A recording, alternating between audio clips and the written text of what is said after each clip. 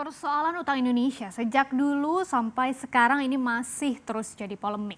Sebagian pihak ada yang sering mengkritik, bahkan mencaci maki pemerintah ya karena melihat besarnya utang yang harus dilunasi dan menjadi beban negara ini terus menggunung setiap tahunnya. Sedangkan pihak lainnya masih ada juga kok yang sepakat nih bahwa utang biar bagaimanapun juga tetap dibutuhkan oleh suatu negara termasuk Indonesia untuk bisa menunjang pembangunan. Nah, menanggapi hal ini, Menteri Keuangan Sri Mulyani Indrawati pun kembali buka suara. Kali ini Sri Mulyani justru bertanya balik ke para pengkritiknya, apakah memang ada negara yang tidak berutang sama sekali, termasuk juga negara-negara Islam. Artinya secara tidak langsung Sri Mulyani mau menanyakan apa salahnya kalau Indonesia punya utang. Ini akan kita bahas bersama seperti apa sebetulnya gambaran utang Indonesia, apakah aman atau justru jadi ancaman. Kita lihat berdasarkan data Bank Indonesia, posisi utang luar negeri alias ULN Indonesia per Mei 2020 ini tercatat mencapai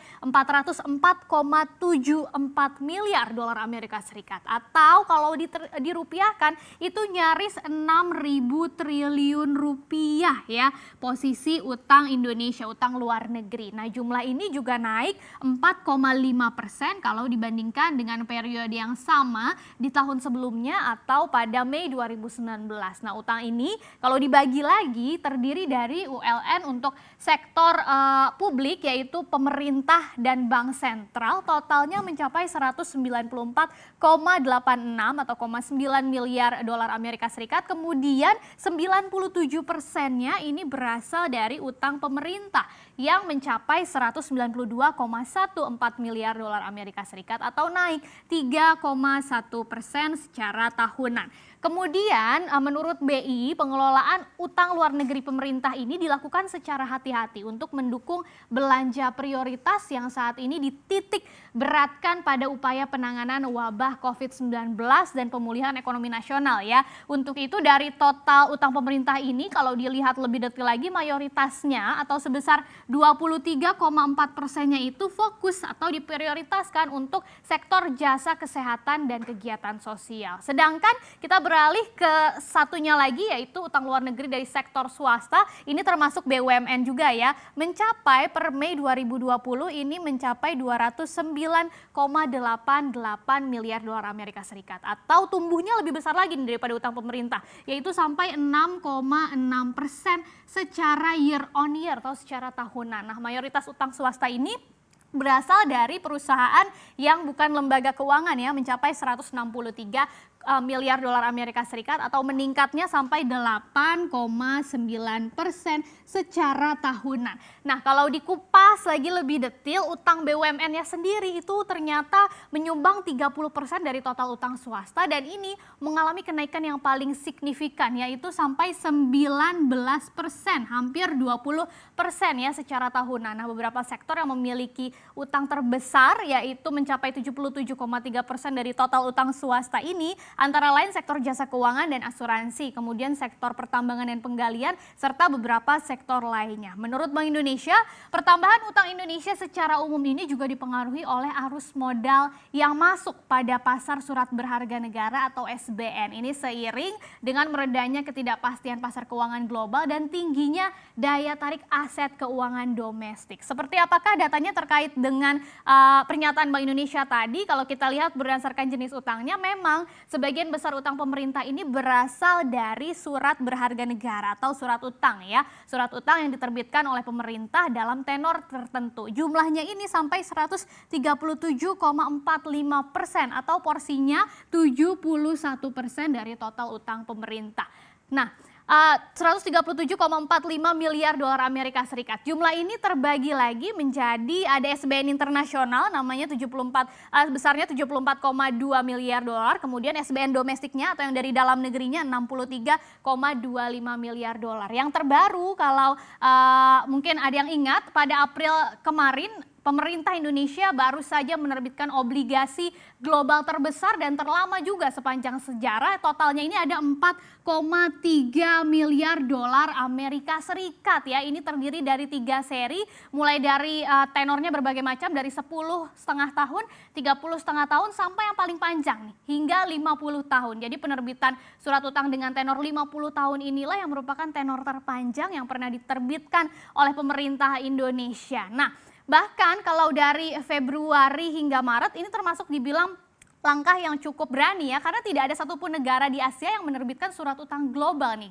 Karena melihat ada ketidakpastian global serta gejolak-gejolak yang besar. Nah, penerbitan surat utang global ini apa sih tujuannya? Tujuannya adalah menjaga pembiayaannya supaya tetap aman, sekaligus juga menambah cadangan devisa bagi Bank Indonesia. Nah, apakah besaran utang Indonesia ini masih aman atau menjadi ancaman? Itu pertanyaan besarnya. Kita akan jawab. Untuk menilai keamanan tingkat utang suatu negara ini, salah satu ukurannya yang bisa kita nilai bersama adalah melalui rasio ya, atau perbandingan antara besar utang dan PDB-nya. Ini menggambarkan kemampuan negara untuk membayar utangnya. Nah, batas maksimal dari rasio utang terhadap PDB ini adalah 60% dari PDB-nya. Artinya kalau masih di bawah itu berarti masih relatif aman. Kita lihat untuk Indonesia di 2019 lalu, data dari Bank Indonesia menunjukkan bahwa rasio utangnya ini ada di 29,8%. Tapi sampai Mei 2020 ini sudah melesat sampai 36,6%. Meskipun demikian, Menteri Keuangan Sri Mulyani menegaskan bahwa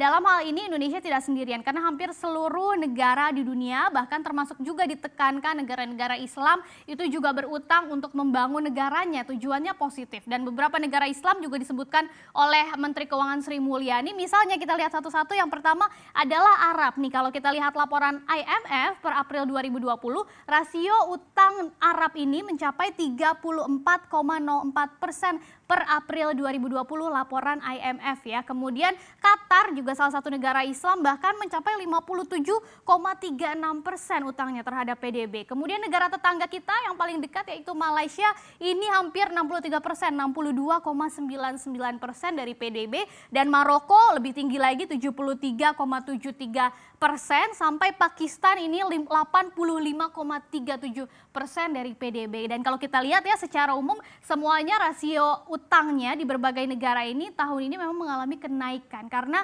semua negara butuh anggaran yang besar, anggaran yang jumbo untuk perang dengan COVID-19.